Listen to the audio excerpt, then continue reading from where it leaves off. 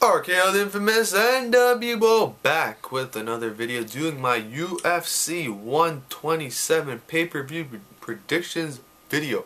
So the pay-per-view is live next Saturday night, I believe, on pay-per-view, and there has been a ton of changes on this card since this card was announced. So the original card was supposed to be headlined by GSP versus Nick Diaz, and then Nick Diaz didn't show up to the press conference, and Dana White changed the main event and the co-main event because the co-main event was BJ Penn versus Carlos Condit, and that ended up getting switched for GSP versus Carlos Condit for the welterweight title, and BJ Penn versus Nick Diaz, and the winner of that pretty much has a guaranteed shot against GSP.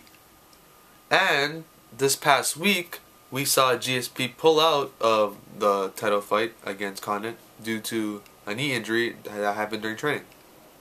So yeah, so now the headline of this pay-per-view is BJ Penn versus Nick Diaz. And before the GSP, this whole fiasco happened, this would look like a great card.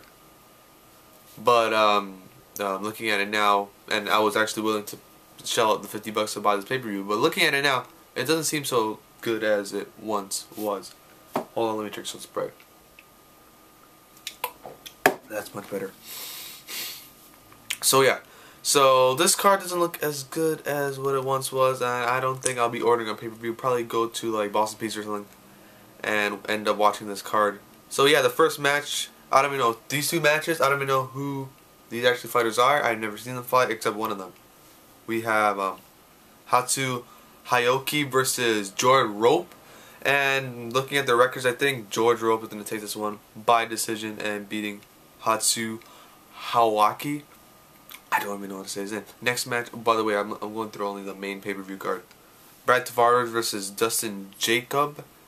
And even though, because I've seen Brad Tavares fight on The Ultimate Fighter, I'm going to pick Brad Tavares to win this one by decision. Next, we have Big Roy Country Nelson versus taking on Mirko Cro Cop. And honestly, I finally see Cro Cop getting a victory and beating Big Country. I think this would be a hard fight for Big Country, and I don't think Big Country could take out Cro Cop, but I do not think Cro Cop could take out Big Country. So I think Cro Cop's going to win by decision. Next we have Czech Congo versus going up against Matt Matreon in the co-main event of the evening. And last time we saw Congo fight, he took out Pat Barry.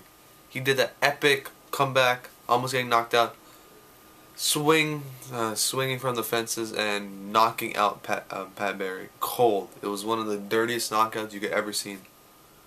And I think Congo has something to prove to show from his last knockout that it wasn't just a fluke. So I think Congo's gonna win by I think first round knockout.